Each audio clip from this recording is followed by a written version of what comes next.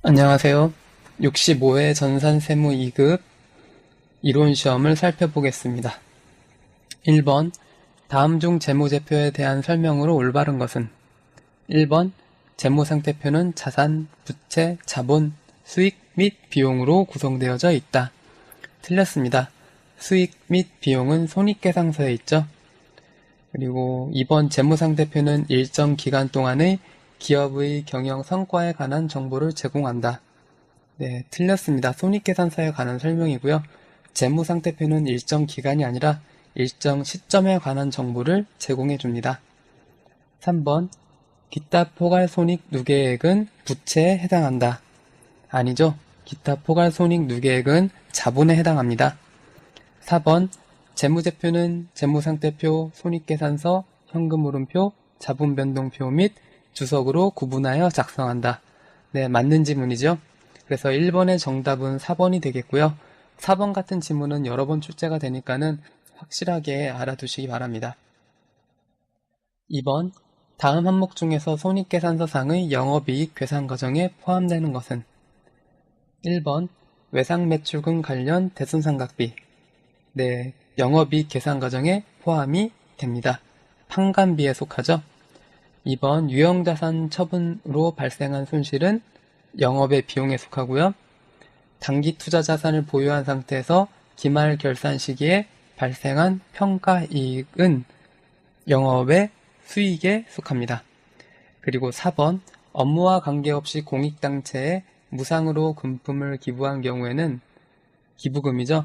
네, 영업의 비용에 속합니다. 이런 것들 계정 과목들이 어디에 속하는지 잘 모르겠으면은 프로그램을 한번 열어보세요.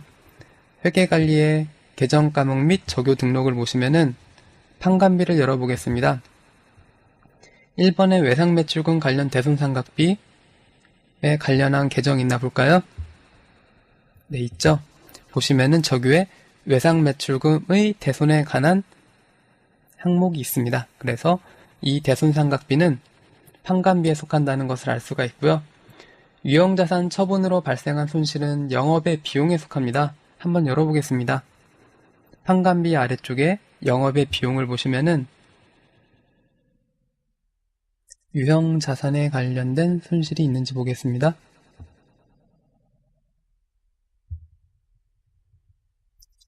어디 있을까요?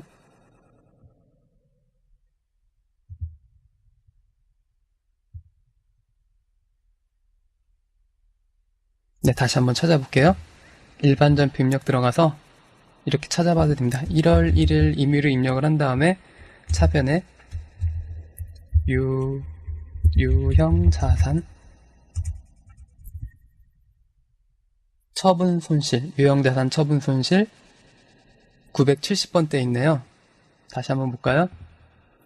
970번대. 아, 여기 있었습니다. 유형자산 처분 손실이 있죠. 그래서 이런 방법으로 각 계정 과목들이 어디에 속하는지 찾아볼 수 있습니다. 판관비인지, 영업외 수익인지, 영업의 비용인지. 하지만 시험을 보시면서 이렇게 찾다 보면 시간이 많이 걸리겠죠. 평상시에 보시면서 각 계정 과목들이 판관비에 속하는지, 수익에 속하는지, 비용에 속하는지 보시면 쉽게 알 수 있을 것 같습니다. 영업의 수익은 따로 공부를 안 하셔도 될 것 같아요. 손익계산서에 보시면 매출액 이외에 다른 수익들은 영업의 수익이나 자익이 되겠죠. 보시면은 이자 수익, 임대료, 외환차익, 수수료 수익, 사채 상환이익 이런 이익 같은 경우에는 영업의 수익에 속한다는 것을 쉽게 알 수가 있겠고요. 판관비나 영업의 비용이 어디에 속해 있는지 구분을 할 줄 아시면 되겠습니다. 한번 보겠습니다. 주식회사 세무는 홍수로 인해 재고자산이 유실되었다. 다음 중 유실된 재고자산은 얼마인가? 네, 기초 재고자산이랑 매입액, 단기 매출액, 매출 총이익률, 기말 재고 실사 금액이 있는데요. 제가 미리 풀어놓은 풀이를 먼저 열어볼게요.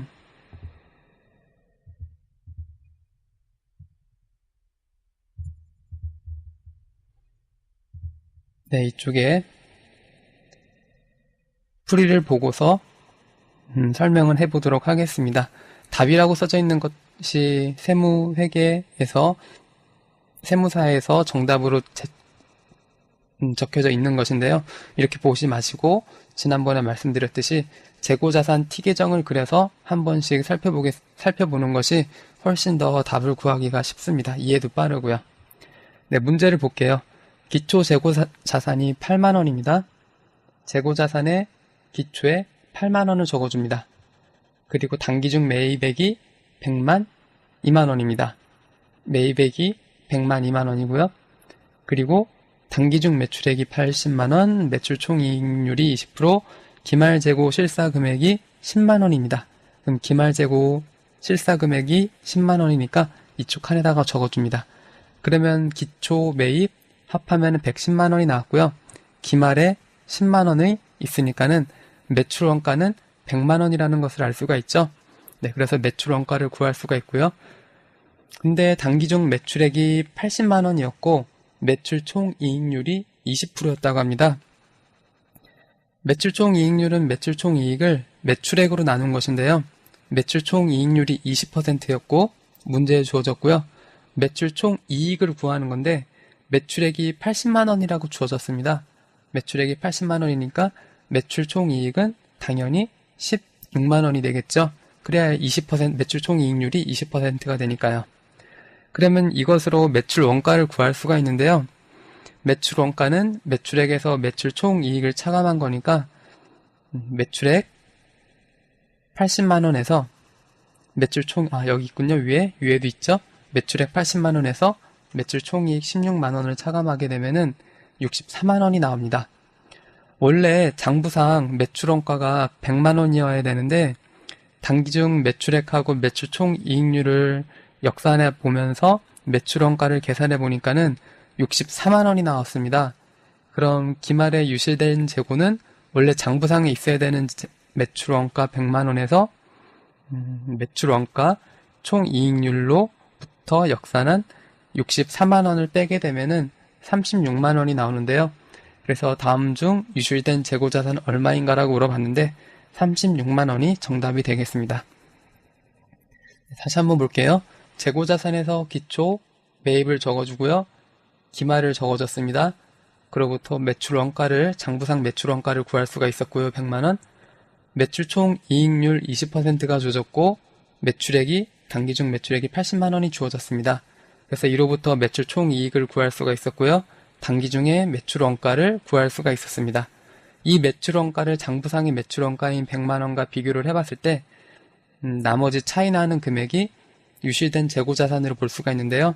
그래서 이 장부상 매출 원가인 100만 원에서 실제 단기중 매출 총 이익률을 보고 역산한 매출 원가인 64만 원을 차감하게 되면은 유실된 재고액인 36만 원이 나오겠습니다.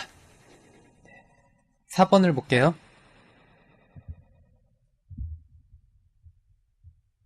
유가증권에 대한 설명으로 틀린 것은 1번 상품권은 회계상 유가증권에 해당한다. 네, 아닙니다. 상품권은 유가증권에 해당하지 않습니다. 그 자체로 매매될 수가 있는 게 아니잖아요. 어떤 것과 교환할 수 있는 권리를 나타낸 거지. 그래서 유가증권에 해당하지 않아요. 아래쪽에 지문들은 맞는 지문이 되겠는데요.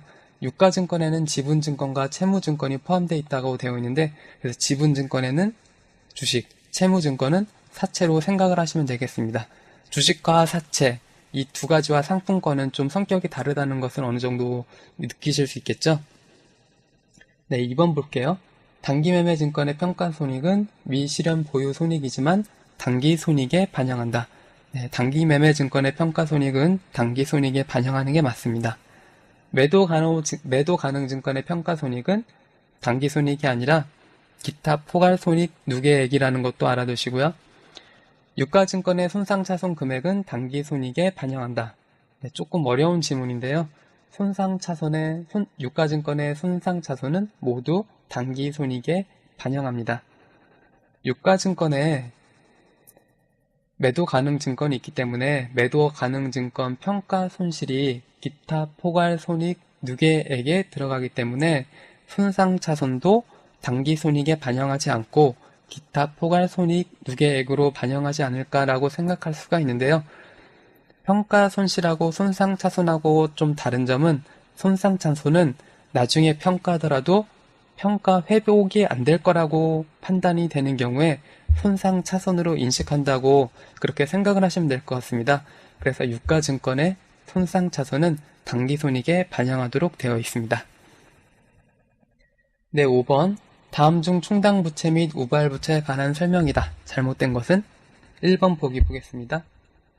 충당부채로 인식하기 위해서는 현재 의무가 존재하여야 할 뿐만 아니라 그 의무를 이행을 하기 위한 자원의 유출 가능성이 매우 높아야 한다. 네, 맞고요. 2번 보겠습니다.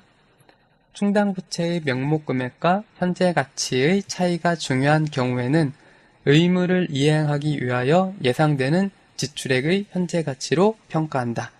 네, 맞습니다. 3번. 우발부채는 부채로 인식하여야 한다. 틀렸습니다. 우발부채는 부채로 인식하지 않고 주석으로 기재합니다. 4번. 현재 의무를 이행하기 위하여 소요되는 지출 금액에 영향을 미치는 미래 사건이 발생할 것이라는 충분하고 객관적인 증거가 있는 경우에는 그러한 미래 사건을 감안하여 충당부채 금액을 추정한다. 네, 맞는 말입니다. 5번도 미리 작성한 풀이를 한번 보고 좀 더 설명을 해볼게요. 네. 충당부채 인식요건, 먼저 그 아래쪽에 부채를 먼저 살펴볼게요. 부채는 확정부채와 추정부채가 있습니다. 확정된 부채는 이미 부채가 확정된 거예요. 그래서 예를 들면은 매입채무, 미지급금, 차입금이나 사채를 예를 들 수가 있는데요. 부채 중에 확정부채를 제외한 추정부채가 또 있습니다. 추정부채는 다시 충당부채와 우발부채로 나뉘는데 충당부채는 부채로 인식을 하지만은 우발부채는 부채로 인식을 하지 않고 주석으로 기재합니다. 충당부채로 인식되기 위해서는 위와 같은 요건이 필요한데요. 1번, 충당부채 인식 요건을 살펴보면은 과거 사건의 결과로 현재 법적 의무가 존재해야 됩니다. 그래서 조금 부연 설명을 하자면은 우리 기업이, 우리 회사가 예전에 어떤 사건이 있었습니다. 그 사건의 결과로 미래에 당연히 그 의무에 대해서 이행을 해야 된다는 법적 의무가 존재를 해야 됩니다. 피할 수가 없는 거예요. 예를 들면은 자동차 사고가 났습니다. 그래서 우리가 잘못한 자동차 사고예요. 우리 회사에 자동차가 있는데 우리가 잘못을 해서 사고가 났습니다. 그럴 경우에 누군가에게 그 자동차에 대한 손해를 배상해줘야 되는데요. 그때는 과거 사건이 자동차 사고라는 과거 사건이 일어났죠. 그리고 언젠가는 그 자동차 사고에 관한 그 손실을 배상을 해줘야겠죠. 자동차 사고 같은 경우에는 바로 충당부채 인식 요건이 아니라 바로 이렇게 신속하게 진행될 수가 있지만은 예를 들기 위해서 제가 그렇게 설명을 했는데요. 그래서 과거 사건이라는 것은 우리 기업의 어떤 사건으로 인해서 과거에 이미 이뤄졌고요. 그 이뤄진 상황으로 인해서 미래나 또는 현재에 그러한 상황을 지출을 해야 되는 그런 법적 의무가 존재한다는 것을 의미합니다. 2번을 볼게요. 이 의무를 이행하기 위한 자원의 유출 가능성이 높아야 된다고 되어 있고요. 그리고 3번, 소요되는 금액을 신뢰성 있게 추정할 수 있어야 됩니다. 보시면은 과거 사건의 결과로 법적 의무가 존재해야 되고 이 의무를 이행하기 위한 자원의 유출 가능성이 높으면 됩니다. 유출 가능성이 확실한 것이 아니라 유출 가능성이 높으면 되고요. 금액도 확실히 나타나는 금액이 아니라 신뢰성 있게 추정할 수 있으면은 충당부채로 인식을 할 수가 있습니다.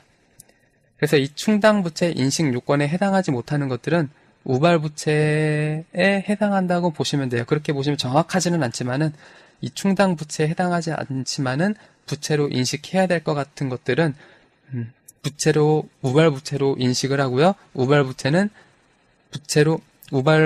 재무상태표에 부채로 인식을 하지 않지만은 주석으로 기재를 해줘야 됩니다. 네, 조금 어려웠죠? 전산세무 2급이 점점 어려워지는 것 같습니다. 예전에는 이런 지문들이 안 나는데 종종 중급팩에 나오는 이런 지문들이 나오고 있어요. 네, 공부해 주시기 바라고요. 6번을 보시겠습니다. 다음은 관련 범위 내의 조업도에 따른 원가이다. 원가 행태에 따른 분류로 알맞는 것은 보시면은 생산량이 300, 600, 900 늘어날 때마다 총 원가는 90만 원으로 변함이 없습니다. 아래 단위당 원가는 조금씩 줄어들긴 하지만은 총 원가는 변함이 없죠. 이것은 고정비를 나타내는 것이고요. 이런 형태를 나타내는 것이 고정비입니다. 변동비는 생산량이 증가할 때마다 변동비가 증가하겠죠. 그것이 변동비가 되겠습니다.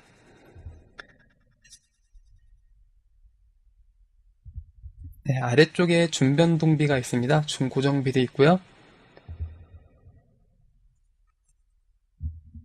준변동비는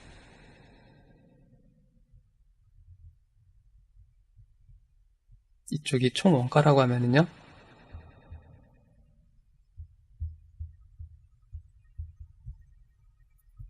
아래쪽을 조업도라고 하겠습니다. 준변동비는 이와 같이 발생하게 됩니다. 선이 좀 삐뚤삐뚤한데요. 고정비 성격을 어느 정도 갖고 있습니다. 이 정도는 고정비 성격을 갖고 있지만은 위쪽은 변동비 성격을 갖고 있죠. 그래서 조업도가 증가할수록 변동비가 총 원가가 늘어나지만은 조업도가 0이 되더라도 총 원가에는 어느 정도 발생하는 고정비 성격을 갖고 있습니다. 그래서 이러한 원가의 행태를 갖고 있는 것을 준변동비라고 합니다. 다시 한번 그려볼게요. 이쪽이 조업도고요. 이쪽이 총 원가라고 했을 때 이와 같은 원가 형태를 갖는 것을 준변동비라고 합니다. 준고정비는 이쪽이 조업도고 이쪽이 총 원가라고 했을 때 일정 범위 내에서는, 일정 범위의 조업도에서는 원가가 증가하지가 않습니다. 100이라고 해볼까요? 이쪽이 100, 200.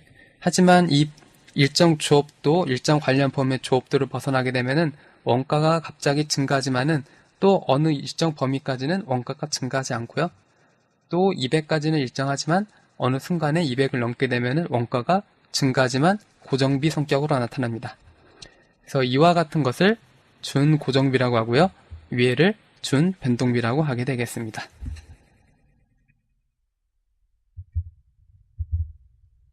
네, 7번 보겠습니다. 다음 중 제품의 제조 원가를 구성하지 않는 것은 1번 공장 직원의 특별 상여금. 네, 제품의 제조 원가에 포함이 되죠. 그리고 원재료를 공급하는 거래처의 접대비 포함이 되고 공장 건물의 재산세, 공장 건물, 제품의 제조 원가에 들어가게 됩니다. 하지만 제품의 광고 선전비는 영업의 비용으로 판매 관리비에 들어가겠죠. 다시요. 제품의 광고 선전비는 판매 관리비에 들어갑니다. 한번 볼까요? 자, 계정 과목 등록에서 판매 관리비에서 광고 선전비가 있는지 보겠습니다. 네, 광고 선전비가 있죠. 광고 선전비는 판매 관리비에 속한다는 것을 알 수가 있습니다. 네, 8번 상호 배분법에 관한 문제인데요. 한번 문제를 천천히 한번 읽어보세요.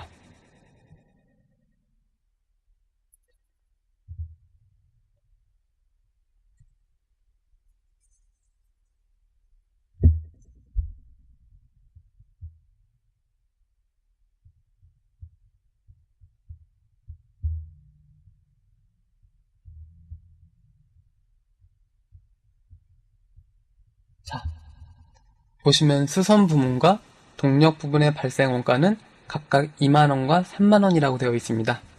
그럼 수선 부분의 발생 원가는 2만원과 동력 부분의 발생 원가는 3만원이라고 되어 있습니다. 그런데 아래쪽을 좀 더 보시면은 수선 부분의 총 원가는 X이고 동력 부분의 총 원가는 Y라고 되어 있습니다. 수선 부분의 총 원가는 X고요. 동력 부분의 총 원가는 Y입니다. 그럼 수선 부분에서 2만원의 원가가 발생했고 동력 부분에서는 3만원의 원가가 발생했는데요. 수선 부분에서는 동력 부분으로부터 제공받은 원가가 있을 거예요. 그리고 동력 부분도 수선 부분으로부터 제공받은 원가가 있을 겁니다. 그것을 더 더해줘야 됩니다. 그래서 수선 부분에서 동력 부분으로부터 얼마의 원가를 제공받았는지 볼게요. 수선 부분에서 동력 부분에서 20%를 수선 부분으로 제공을 해줬어요. 동력 부분에서 수선 부분으로 20%를 제공을 해줬습니다. 그러면은 동력 부분이 Y죠. 20%니까 0.2가 되겠습니다. 그리고 동력 부분은 수선 부분으로부터 얼마를 제공받았나 볼까요? 수선 부분에서 30%를 동력 부분에 제공해줬습니다. 수선 부분에서 30%를 동력 부분에 제공해줬습니다. 수선 부분이 X죠? 수선 부분에서 30%에 해당하는 금액을 동력 부분에 제공을 해줬으니까 동력 부분에서는 3만원 더하기 0.3X가 총 발생 원가가 되겠습니다. 네, 그래서 정답이 4번이 됩니다. X는 2만원 더하기 0.2Y, Y는 3만원 더하기 0.3X. 이것이 정답이 되겠습니다. 그래서 처음에 문제를 보시면은 수선 부분에서 2만원이 발생했고요. 동력 부분에서 3만원이 발생했습니다. 수선 부분에서 2만원이 발생을 했고요. 동력 부분에서 3만원이 발생을 했습니다. 수선 부분은 X라고 했고요. 동력 부분은 Y라고 했어요. 자, 그런데 서로 주고받은 원가가 있을 겁니다. 용역이 있는데 용역을 다시 살펴보면은 수선 부분에서 용역을 제공한 것이 30%를 동력 부분으로 제공했습니다. 수선 부분의 용역의 30%를 동력 부분에 제공을 해서 동력 부분의 총 원가는 이렇게 되고요.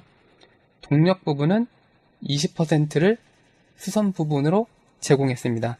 그래서 수선 부분에는 동력 부분의 20%를 더 제공받았으니까 총 원가는 2만원 더하기 0.2Y가 되겠습니다.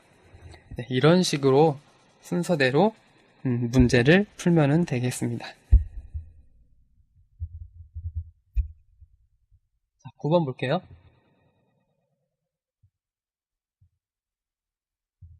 다음 자료를 기초로 직접 노동시간을 기준으로 제조지시서 넘버 5에 배부될 제조간접비를 계산하면 얼마인가. 그래서 쭉 보시면은 기본 자료와 제조지시서 넘버 5가 있고요.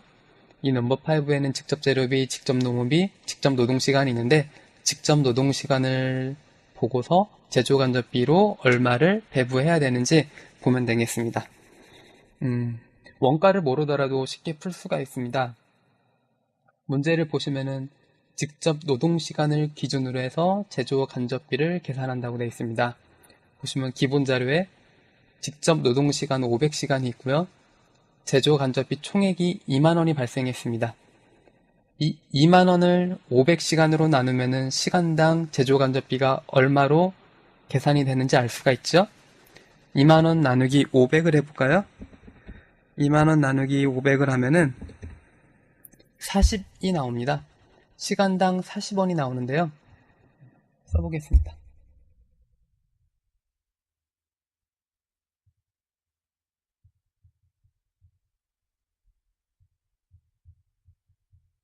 시간당 제조간접비가 40원이 발생을 합니다. 제조지시서에는 노동시간이 40시간이 걸렸어요. 그러면은 시간당이니까 1시간이죠. 1시간당 40원이 발생하는데 40시간이 제조지시서의 넘버 5는 직접 노동시간이 40시간이라고 하니까는 곱하기 40을 해주면은 1600원이 나오죠. 1600원에 해당하는 제조간접비를 배부하면 되겠습니다. 직접 노동시간을 기준으로 해서 제조간접비를 배부한다고 했습니다. 직접 노동시간을 기준으로 해서 제조간접비를 배부하는데 단기 직접 노동시간이 500시간이니까 단기 제조 간접비 총액을 총액에서 500시간으로 나누게 되면은 시간당 40원의 제조 간접비가 발생을 했습니다. 근데 제조지시서에는 넘버 5에는 직접 노동시간이 40시간이었습니다. 그래서 1시간에 40원이 발생하는데 40시간이었다면은 곱하기 40을 해주면은 1,600원이 발생을 하죠. 1시간에서도 이쪽에서도 40시간이 되기 위해서는 곱하기 40이 나온 거니까는 이쪽에서도 원에서도 40원 곱하기 40을 하면은 1,600원이 나오죠. 그래서 2번이 정답이 되겠습니다. 그래서 보시면은 회계학 같은 경우는 종종 불필요 자료가 나옵니다. 이 윗줄도 몰라도 되고요. 없어도 되는 자료이고 이 아래쪽에 이 직접 재료비, 직접 농업비 없어도 되는 자료이지만은 종종 이렇게 자료가 더 주어져서 혼란스럽게 나오는 경우가 있는데 하나하나 차근씩 살펴보시면은 어떻게 답을 구해야 되는지 알 수가 있습니다. 이 문제 같은 경우는 원가 문제지만은 원가를 모르더라도 이 문제를 잘 살펴보고 기본 자료를 보고 제조지시서를 보시면은 충분히 구할 수 있는 답을 구할 수 있는 그런 문제였습니다. 네, 10번. 종합원가 계산에서 나타나는 특징이 아닌 것은 1번. 개별 작업별로 원가를 짓게 한다. 네, 틀렸죠. 종합원가하고 개별 원가 계산 이 두 개가 있는데 이 1번 지문은 바로 개별 원가 계산의 특징을 나타내는 것이 되겠고요. 그럼 2번, 3번, 4번은 종합원가 계산의 특징을 나타내는 것이 되겠는데요. 한번 살펴보면은 종합원가 계산은 재료비와 가공비로 단순화되고요. 그리고 연속적으로 대량 반복 생산되는 형태를 나타내는 기간 개념이 중시되고요. 그리고 동일 공정에서 생산되는 제품은 동질적이라는 가정하에 평균화에 기초하여 제품 원가가 계산되는 것이 바로 종합원가 계산이 되겠습니다. 이번에 65회에 얼마 전에 봤는데 종합원가 계산의 예로서 축구공이 나왔었던 것 같아요. 그렇죠. 축구공도 나왔었고요. 맥주, 그런 것들은 종합원가 계산으로 계산하는 것이 훨씬 정확한 것이 되겠고요. 개별 원가 계산으로 예를 들면은 비행기 같은 경우에는 종합원가 계산이 아니라 개별 원가 계산으로 계산하는 것이 더 적합하게 되겠습니다. 11번. 부가가치세법상 영세율과 면세에 관한 다음의 설명 중 잘못된 것은 1번. 영세율 적용 대상인 재화 또는 용역을 공급하는 면세사업자도 선택에 의해 면세를 포기할 수 있다. 네, 맞습니다. 2번. 영세율 적용 대상 사업자와 면세 사업자의 매입세액은 공제 또는 환급받을 수가 있다. 틀렸죠. 면세 사업자는 환급을 받을 수가 없습니다. 면세 사업자는 환급을 받을 수가 없고요. 자주 나오는 지문입니다. 이것도 주의해서 알아두시면 좋겠고요. 3번. 영세율을 적용받더라도 사업자 등록, 세금계산서 발급 등 납세 의무자로서 의무를 이행하지 않으면 가산세 등 불이익이 발생한다. 네, 맞습니다. 그리고 4번. 면세의 포기를 신고한 사업자는 신고한 날로부터 3년간은 면세를 적용받을 수 없습니다. 네, 맞습니다. 12번. 다음 중 부가가치세 공급가액에 포함되는 것은 무엇인가? 1번 매출 할인 맞고요. 아니죠. 매출 할인 포함 안 되고요. 반환 조건부 용기 대금. 다시 반환한다고 하잖아요. 반환하니까는 공급가액에 포함이 안 되겠습니다. 그리고 대가와 구분된 종업원의 봉사료도 포함이 안 됩니다. 대가와 구분된 종업원의 봉사료는 조금 더 단서가 있어야 되는데 이 봉사료는 종업원의 수익이 되겠죠. 그 공급자의 부가가치가 아니라 이 수익은 종업원 것이 되니까는 부가가치세에 포함이 안 됩니다. 4번. 할부 판매의 이자 상당액은 부가가치세에 포함이 되겠습니다. 그래서 포함이 안 되는 것이 매출 할인, 반환 조건부 용기대금, 대가와 구분된 종업원의 봉사료는 부가가치세 공급가액에 포함이 안 되고요. 할부 판매 이자 상당액은 부가가치세 공급가액에 포함이 되겠습니다.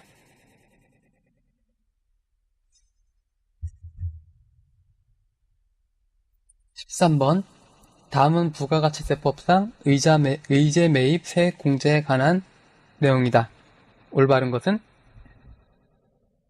1번 의제 매입 세액 공제는 구입한 원재료에 대한 한도 없이 전액에 대하여 의제 매입 세액 공제율을 적용하여 공제받을 수가 있다.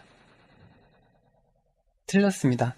의제 매입 세액 공제는 한도가 생겼어요. 2014년부터 한도가 생겼고요.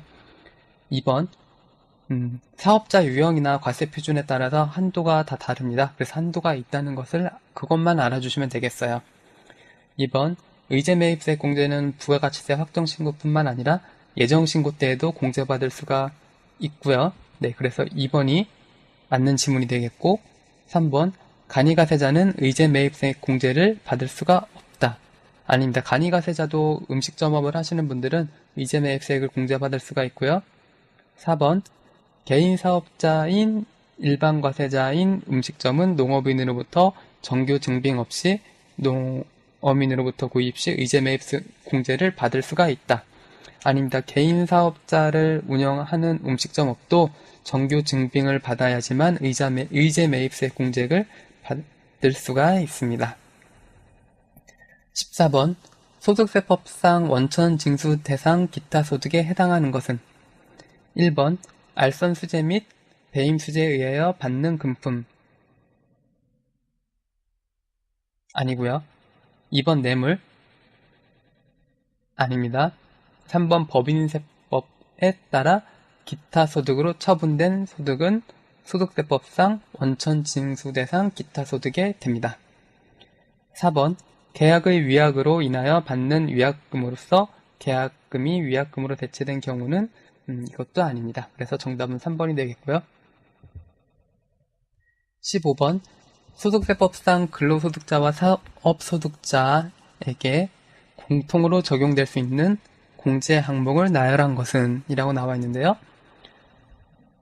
보시면은 보기를 먼저 볼까요? 마가 하나씩 다 들어가 있습니다. 그리고 4번만 마가 없죠. 요 신용카드 소득 공제가 사업자에 해당이 되는지 안 되는지 그것만 알 수 있어도 바로 문제를 풀 수가 있는데요. 신용카드 소득 공제는 사업 소득자는 안 됩니다. 근로소득자만 공제를 받을 수가 있어요. 그래서 정답은 4번인데요. 그래서 부녀자 공제, 자녀 세액 공제, 연금계좌 세액 공제는 근로자만 받을 수가 있고요. 기부금 세액 공제는 공제를 받는 것이 아니라 사업자는 필요경비에 선입을 할 수가 있고요. 그리고 사업자가 사업에 관련된 재화나 용역을 신용카드로 결제했을 때는 신용카드 사용 금액을 사업과 관련된 것일 때 필요경비로 넣을 수가 있습니다. 그래서 신용카드 소득 공제가 아니라 필요경비로 계산을 할 수가 있고요. 신용카드 소득 공제는 근로자가 신용카드를 사용하였을 때 일정 비율만큼을 소득 공제를 받을 수가 있잖아요. 그것을 말해주는 거예요. 그래서 사업소득자는 사업에 관련된 신용카드 사용액을 필요경비로 넣을 수가 있지만은 근로소득자는 자기 총 급여 비율이나 또는 체크카드, 신용카드 그런 인정해주는 비율에 따라서 신용카드 소득 공제를 받을 수가 있습니다. 그래서 사업자가 받지 못하는 것들은 기부금 세액 공제, 신용카드 소득 공제는 사업자는 공제를 받을 수가 없고요. 근로자는 부녀자 세액 공제, 자녀 세액 공제, 연금 세액 공제, 기부금 세액 공제, 신용카드 소득 공제 모두 받을 수가 있습니다. 그래서 정답은 4번이 되겠습니다. 네, 그럼 마지막으로 풀이를 한번 다시 보도록 하겠습니다.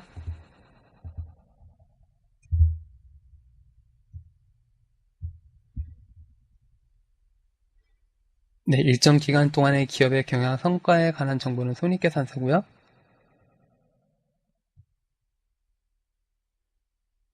계정 과목이 어디에 포함되는지 잘 모르겠으면 K랩에서 직접 열어보셔도 됩니다. 네, 3번 같은 문제들은 T계정을 이용해서 풀고요. 매출 총이익률은 매출 총이익 나누기 매출액이라는 것을 알아두셔야겠죠.